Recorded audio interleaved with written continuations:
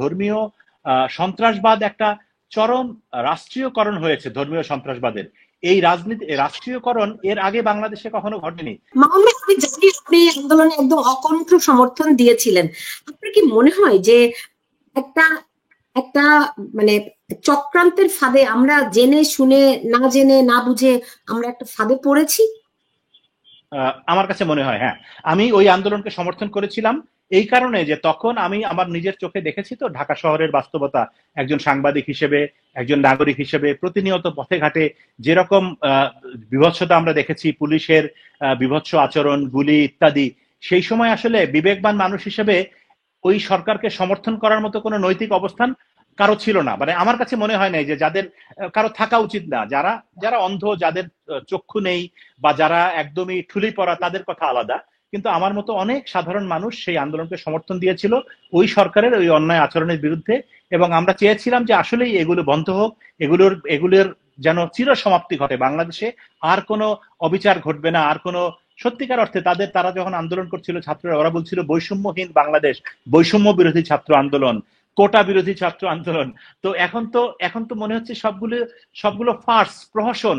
এবং এখন তারা সবার আগে এসে কোটা নিচ্ছে, এই জুলাই আন্দোলনের শহীদদের এই দেওয়া হবে, সেই দেওয়া হবে। ৭১-এর দেশ যারা স্বাধীন করেছেন সেই মুক্তিযোদ্ধাদেরও যে পরিমাণ কোটা নেই, তার চেয়ে বেশি কোটা তারা পেয়ে যাচ্ছেন। এবং তারা কত রকম সুযোগ সুবিধা পাচ্ছেন। এবং তারা বৈষম্য বিরোধী আন্দোলনের কথা বলে এখন সবচেয়ে বেশি বৈষম্য কায়েম করছে বাংলাদেশে। এবং গণতন্ত্রের মুক্তির কথা বলে বাংলাদেশে আরো বেশি স্বৈরতন্ত্র, একনায়কতন্ত্র কায়েম করছে। একটা ফ্যাসিবাদী শাসনকে হটাতে গিয়ে, মানে ফ্যাসিবাদ কোট আনকোট, ফ্যাসিবাদ শব্দটা আসলে এত সহজ নয়, ফ্যাসিবাদের সংজ্ঞা কি সেটি আমাদের রাষ্ট্রবিজ্ঞানীরা খুব ভালো মতো এখনো পর্যন্ত পরিষ্কার করেনি। শেখ হাসিনা একাই ফ্যাসিবাদ বাংলাদেশে, নাকি স্বাধীনতা পরবর্তী বাংলাদেশে আরো অনেক ফ্যাসিবাদ ছিল, সেটিও বিতর্কিত বিষয়। কিন্তু আমার কথা হচ্ছে যে শেখ হাসিনার তুলনায় এই সরকার কোন জায়গায় ভালো করছে সেটি তো আমাদের বুঝতে হবে, দেখতে হবে, চোখে আঙ্গুল দিয়ে দেখিয়ে দিতে হবে সরকারকে যে আমরা এই জায়গায় ভালো করছি। তো একটা মানুষ, একটা নাগরিক যখন দেশের ভিতরে তার জীবনের নিরাপত্তা পায় না, আইনের শাসন থেকে বঞ্চিত হয়, বিচারের অধিকার থেকে বঞ্চিত হয়, বিনা বিচারে বিনা অপরাধে গ্রেপ্তার হয়ে মামলার শিকার হয় এবং তখন জামিনের অধিকার থেকে বঞ্চিত হয়, তখন আপনি কিভাবে নিশ্চিত হবেন যে এখানে আইনের শাসন বিরাজমান এবং সরকার সেটি করতে চাচ্ছে? তো ৭১ মুক্তিযুদ্ধ ইতিহাস মুছে ফেলা সেই আলোচনায় নাই বা গেলাম। কিন্তু মূল কথা আমি যেটি বুঝি যে নাগরিকদের অধিকার বা সুশাসন প্রতিষ্ঠা সরকারের প্রাথমিক দায়িত্ব। তারপরে অন্যান্য সংস্কার, বিচার, নির্বাচন আমি মনে করি দ্বিতীয়, তৃতীয় এবং অন্যান্য চতুর্থ দায়িত্ব। কিন্তু প্রথম কাজ হচ্ছে একটা সরকার যখন থেকে দায়িত্ব নিল তখন থেকে দেশের নাগরিক, প্রত্যেকটা নাগরিকের অধিকার, বেঁচে থাকার অধিকার, সম্পদের অধিকার, সম্পত্তির অধিকার, চলাফেরার অধিকার, বাক স্বাধীনতার অধিকার, সমাবেশ করার অধিকার, অর্থাৎ আমাদের সংবিধানে যেসব অধিকার নিশ্চিত করা হয়েছে, আমাদের সংবিধান আপনি বাদ দেন, সারা পৃথিবীতে মানবাধিকার হিসেবে স্বীকৃত যেসব অধিকার, সেই অধিকারগুলো যদি নিশ্চিত করতে আপনি না পারেন, তাহলে সরকার হিসেবে আপনি চূড়ান্ত রকমের ব্যর্থ। যতই আপনি জ্ঞানের কথা বলেন, সেই জ্ঞানের কথা ধুয়ে তো পানি খেলে মানুষের জীবন বাঁচবে না। একটা নির্বাচনের কথা বলছিলেন। দেখুন, এই বর্তমানে যে পরিস্থিতি, এটা অনেক আগে থেকে বলা হচ্ছিল, একদম শুরু থেকেই কিন্তু অনুমান করা যাচ্ছিল। এখন আমরা একেবারে দৃশ্যমান, আমাদের চোখের সামনে এখন এগুলো ঘটছে। বলা হচ্ছিল যে আসলে নির্বাচন যাতে না হয় সেই জন্য দেশে যতভাবে অরাজকতা তৈরি করা যায় সেটা করবে। তখন একটা গৃহযুদ্ধ হলে, একটা যুদ্ধ পরিস্থিতি বা এরকম অরাজকতার মধ্যে থাকলে তখন বলবে যে এভাবে নির্বাচন কেমন করে হবে, যাতে করে নির্বাচনটি না হয়, নির্বাচন বানচাল করার পায়তারা। এরকমটি কিন্তু অভিযোগ ছিল। তো আমরা আজকে যে হত্যাকাণ্ডগুলো দুটি জায়গায়, খুলনায় একটি, পুরান ঢাকায় একটি, এবং প্রতিদিনই কিন্তু এরকম হত্যাকাণ্ড ঘটছে কোথাও না কোথাও। সেটি কোনো ব্যবসায়ী হোক, আওয়ামী লীগের কর্মী হোক, কিংবা একেবারেই ওই কি তোফাজ্জলের মতো একজন প্রতিবন্ধী হোক, কোথাও না কোথাও প্রতিদিন এরকম ঘটনা ঘটছে। তো আসাদুরের কি মনে হয় যে এই ঘটনাগুলো খুবই উদ্দেশ্যমূলক ভাবে, পরিকল্পিত ভাবে ঘটানো হচ্ছে? এই প্রশ্নটি আমি তুলছি, একটু লম্বা হয়ে যাচ্ছে আমার প্রশ্নটি, তুলছি এই কারণে ৫ই আগস্ট সেনাবাহিনীর একটা সমর্থনেই এই পরিবর্তনটি ঘটেছিল। তারা কোনো কার্যকর ব্যবস্থা নেয়নি দেখে পরিবর্তনটি ঘটতে পেরেছিল বিনা বাধায়। তো এখন সেনাবাহিনীর ভূমিকাটি এই এই যে মব গুলোকে উৎসাহিত করছে কিনা, এবং সেনাবাহিনী এখান থেকে কি ফায়দা চায়? আমার মনে হয় না যারা এই যে পরিকল্পিত মানে সহিংসতা তৈরি করার মতো যোগ্যতা বা ক্ষমতা কোনোটি এই ইউনূস সরকারের যারা সমর্থক, যারা তাকে ক্ষমতা এনেছেন বলে তিনি বলেছেন, অর্থাৎ ছাত্র সমন্বয়কদের এই যোগ্যতা বা ক্ষমতা কোনোটি আছে। তাদের ওই চক্রান্তের মধ্যেই এখনো আছে। আমরা তাদেরকে আসলে তো আমরা অনেকে প্রতারিতই হয়েছি। তাদের উপরে নির্বিচারে যখন দমনপীড়ন চলছিল, আমরা সেই দমনপীড়নের বিরুদ্ধে ছিলাম। তাদের টার্গেট ছিল ক্ষমতা, এটা তো এখন পরিষ্কার। এবং তাদের কাপড় চোপড়ের যে পরিবর্তন, গাড়ি হাঁকানো, সবকিছুর একটা, এবং তাদের বেয়াদবির কথা আর বাদ দিচ্ছি। দেখেন, পরিকল্পিত হলে কিছু সাইন থাকে, মানে পরিকল্পিত ব্যাপারটা বোঝেন। বিশ্বজিতের হত্যার কথা বলেছেন, বিশ্বজিতের হত্যাটা পরিকল্পিত ছিল না। সে হত্যার শিকার হয়েছে, তার কাপড় দেখে মনে হচ্ছে সে আইনজীবী। ছাত্রলীগ যেহেতু আওয়ামী লীগ ক্ষমতা, তারা যাই করবে তাই। বিএনপির আইনজীবী এরকম হেঁটে যাবে কি করে? কুপিয়ে ফেলেছে, মনে হচ্ছে কুপিয়ে ফেলেছে, এক ধরনের মত থেকে কুপিয়ে ফেলেছে। তাকে ওই বিশ্বজিৎকে টার্গেট করে মেরেছে এমন ব্যাপারটা না। আবার দেখেন, ওই সময় যে প্রতিবাদটা করা হয়েছে বিশ্বজিতের হত্যার কে কেন্দ্র করে, ওই প্রতিবাদটা করার কারণেই কিন্তু এটার বিচার নিশ্চিত করা হয়েছে। আওয়ামী লীগ তো এত মানে ভালো দল না যে তাদের সোনার ছেলে খ্যাত ছাত্রলীগদের বিচার করবে। মানুষের এই প্রতিবাদের কারণে এটা ঘটেছে। তোফাজ্জলের ক্ষেত্রে সেটা কি ঘটেছে? তোফাজ্জল কিন্তু একইভাবে মবের শিকার হয়েছে, তাকে সন্দেহ করা হয়েছে, যেমন বিশ্বজিৎকে সন্দেহ করা হয়েছিল সে বিএনপির আইনজীবী, এবং তোফাজ্জলকে সন্দেহ করা হয়েছে যে ফ্যাসিবাদের, হয় না যে অনেক কিছুই তো বলে, তার মনে হচ্ছে মেরে ফেলেছে। এই যে মনে হওয়া আর মেরে ফেলা, এই জিনিসটা খুবই, এখন যেটা দেখছি এটা খুবই প্রাকৃতিক, এটা কৃত্রিম না। অর্থাৎ আমি একটা ছোট্ট উদাহরণ দিই। আপনি দুটো খুনের কথা বলেছেন, আমি একজন ব্যক্তিকে আজকে আহত, বোধহয় উনি মারা গেছেন, আমি জানি না, শিওর না, চাঁদপুরের একজন খতিব, যিনি কিনা আবার মদিনা বিশ্ববিদ্যালয় থেকে পড়াশোনা করেন।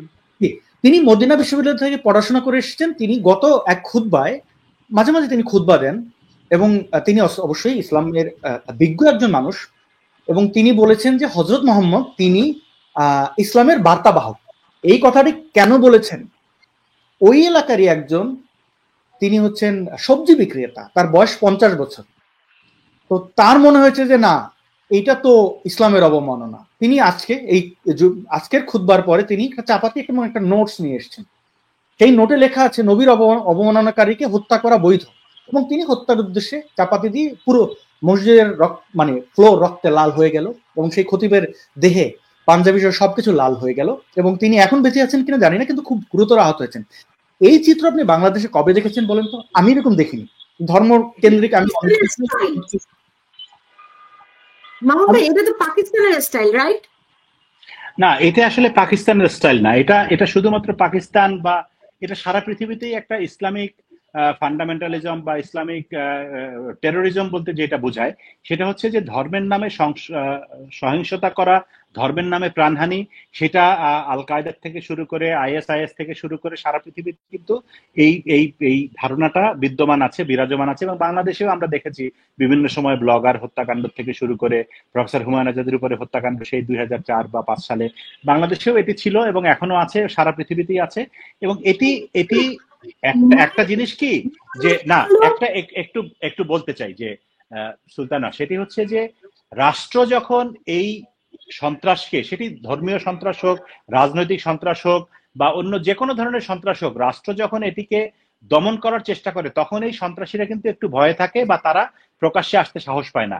কিন্তু 5ই আগস্টের পরে আমরা যেটি দেখেছি যে তার আগ পর্যন্ত যেসব সন্ত্রাসী একটু ভয়ে ছিল বা লুকিয়ে ছিল বা এইসব আক্রমণ করলেও চোরাগুপ্তা করত, এখন তারা প্রকাশ্যে বের হয়ে এসে রাস্তায় মিছিল করছে, রাস্তায় কলেমা তৈয়বা লেখা পতাকা নিয়ে স্লোগান দিচ্ছে, এবং তারা বাংলাদেশে হিজবুত তাওহীদ এবং অন্যান্য নিষিদ্ধ সংগঠনের নামে স্লোগান দিচ্ছে, মিটিং করছে, বক্তব্য দিচ্ছে এবং হুমকি দিচ্ছে সরকারকে। এই ঘটনার সাহস কিন্তু তারা 5ই আগস্টের আগে পায়নি।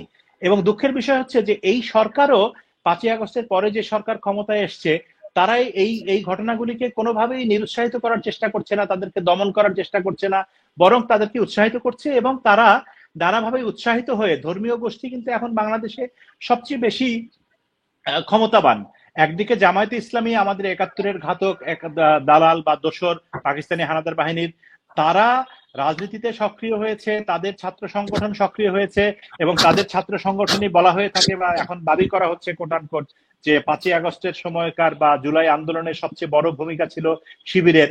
ফলে তাদের হাত ধরে তাদের যারা সহযোগী তারা এখন সবচেয়ে বেশি ক্ষমতাবান এবং বাংলাদেশে এখন ধর্মীয় সহিংসতা বা ধর্মীয় সন্ত্রাসবাদ একটা চরম রাষ্ট্রীয়করণ হয়েছে। ধর্মীয় সন্ত্রাসবাদের এই রাষ্ট্রীয়করণ এর আগে বাংলাদেশে কখনো ঘটেনি। আমরা অনেক সরকার দেখেছি, আমার ব্যক্তিগত জীবনে মানে স্বাধীনতা পরবর্তী মোটামুটি সবগুলো সরকারই তো দেখার সুযোগ কম বেশি হয়েছে। অনেক সরকারই ধর্মকে ব্যবহার করেছে। এরশাদ সাহেব ধর্মকে ইসলামকে রাষ্ট্রধর্ম ঘোষণা করে সংবিধান সংশোধন করেছেন। বিএনপি জামায়াতকে সঙ্গে নিয়ে সরকার গঠন করেছেন, নির্বাচন করেছেন, জোট করেছেন। আওয়ামী লীগ জামাত বা হেফাজতে ইসলামের সঙ্গে লিয়াজো করেছেন। জাতীয় পার্টি তো সারা জীবনই একটা করেছেন এরকম। কিন্তু রাষ্ট্রীয় পৃষ্ঠপোষকতায় ইসলামী সন্ত্রাসবাদ বা ধর্মীয় সন্ত্রাসবাদ এই প্রথম বাংলাদেশে ঘটছে। এবং আপনি দেখেন যে ৩২ নম্বরের হামলা থেকে শুরু করে সব সন্ত্রাসী ঘটনায় বিএনপি বা অন্য অনেকে হয়তো আছে পেছনে, কিন্তু সবার আগে সামনে হচ্ছে আপনি যাদেরকে দেখবেন তারা হচ্ছে কোট অ্যান্ড কোট তারা কোনো না কোনো ধর্মীয় গোষ্ঠীর পরিচয়ে সামনে আসছে এবং তারা নিজেদেরকে ইসলামের সেবক, ইসলামের খাদেম এইসব পরিচয়ে সামনে আনছেন। তার মানে কি? তার মানে হচ্ছে যে বাংলাদেশ কি এই ইসলামের নামে সন্ত্রাসবাদের জন্য, ধর্মীয় কি বলে আক্রমণের জন্য এই বিপ্লব বা এই অভ্যুত্থান করেছিল বাংলাদেশের ছেলেমেয়েরা? বা এই আন্দোলনের জন্য কি আমাদের ছেলেমেয়েরা জীবন দিয়েছিল? সেটি তো না। তার মানে হচ্ছে যে একটু আগে আপনি শুরুতে যে কথা বলছিলেন যে আমরা তো আসলে প্রতারিত হয়েছি। আপনার মনে থাকার কথা বা আমাদের সকলের মনে আছে যে ৫ই আগস্টের আগে যখন জুলাইয়ে আন্দোলন চলছে তখন একবার শেখ হাসিনা তখনকার প্রধানমন্ত্রী ছাত্রদেরকে আন্দোলনের আহ্বান জানালেন এবং তারা ফেসবুকে নানা জায়গায় দেয়ালে লিখলেন যে রক্তের দাগ শুকায় নাই, রক্তের উপর দিয়ে আলোচনায় আমরা যাব না। তার মানে কি? বঙ্গবন্ধু ৭ই মার্চের ভাষণের কপি করে।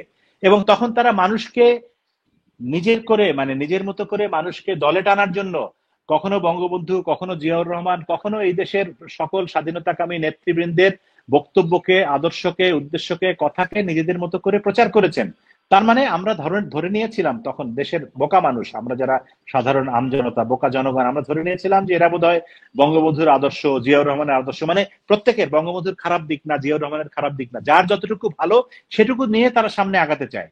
কিন্তু এটি যে পুরোটাই একটা মুখোশ ছিল, এটি পুরোটাই যে একটা ভণ্ডামি ছিল, এটি পুরোটাই যে একটা ক্যামোফ্লেজ ছিল, সেটি তো আমাদের বুঝতে আসলে ৫ই আগস্ট দুপুরের পর্যন্ত অপেক্ষা করতে হয়েছে। যখনই শেখ হাসিনার পতন হলো তখনই আমাদের সামনে এদের আসল চেহারা বের হয়ে আসলো। এবং এরা অনেক সিনিয়র সাংবাদিক, অনেক ভালো সাংবাদিক, আপনাদেরকে দেখে আমরা অনেক সাংবাদিকতা শিখেছি। আপনি কেমন করে বুঝতে পারলেন না যে এইটা এরা মুখোশের আড়ালে স্বাধীনতা বিরোধী চক্র? না, সেটা আমি যতই বড় সাংবাদিক হই না, ভালো সাংবাদিক হই না, অভিজ্ঞ সাংবাদিক হই, আমার মতো তো আসলে অনেকেই বুঝতে পারেননি। আমি তো রাজনীতির মানুষ না, আমি জীবনে কোনোদিন ছাত্র রাজনীতিও করিনি। ফলে আমার পক্ষে এটা আসলে রাজনীতির এই মারপ্যাচ বোঝা সম্ভব না। আমি মনে করি যে এখানে একটা আমাদের রাজনৈতিকদের ব্যর্থতা আছে, তার চেয়ে বড় ব্যর্থতা আছে গোয়েন্দা সংস্থার। আমাদের রাষ্ট্রীয় যে গোয়েন্দা সংস্থা, সেটি আমরা যদি সেই ১৯৭৫ সাল থেকে শুরু করি এবং ৭৫ সাল থেকে আজকে পর্যন্ত আমি সব জায়গায় দেখি যে আমাদের গোয়েন্দা সংস্থা সরকারকে সেই রিপোর্টগুলি দেয় যেই রিপোর্ট দেখলে বা শুনলে সরকারের প্রধান ব্যক্তি খুশি হবেন, মানে তিনি বা তারা অখুশি হবেন সেরকম কোনো রিপোর্ট তারা দেন না বা তারা সংগ্রহ করতে পারেন না, আমি জানি না। কিন্তু এই গোয়েন্দা সংস্থাগুলির ব্যর্থতা, সরকারের ব্যর্থতা, রাজনৈতিক ব্যর্থতা এবং সামগ্রিকভাবে আমি মনে করি যে সাংবাদিক হিসেবে আমাদের সংবাদ মাধ্যমেরও ব্যর্থতা আছে যে আমরা কেউই এগুলির কোনো কিছু টের পাইনি। আমরা সত্যিকার অর্থে এদেরকে মনে করেছিলাম যে এটা কোটা সংস্কারের আন্দোলন বা একটা বৈষম্য বিরোধী আন্দোলন, কিন্তু এটি যে আসলে বাংলাদেশের ইতিহাস মুছে দেবার আন্দোলন, স্বাধীনতা ধ্বংস করার আন্দোলন, ৭১কে ধুলায় মিশিয়ে দেবার আন্দোলন, বঙ্গবন্ধুকে অস্বীকার করার আন্দোলন, সেটি আসলে আমরা বুঝিনি। আমরা শুধু বুঝেছিলাম যে শেখ হাসিনা সরকারের যে অন্যায় অবিচার আছে সেগুলির বিরুদ্ধে আন্দোলন। সেটি আমি এই ব্যর্থতা স্বীকার করতে আমার সামান্যতম কোনো কুণ্ঠা নেই। আমি স্বীকার করি যে সেটি আমরা বুঝতে ভুল করেছিলাম।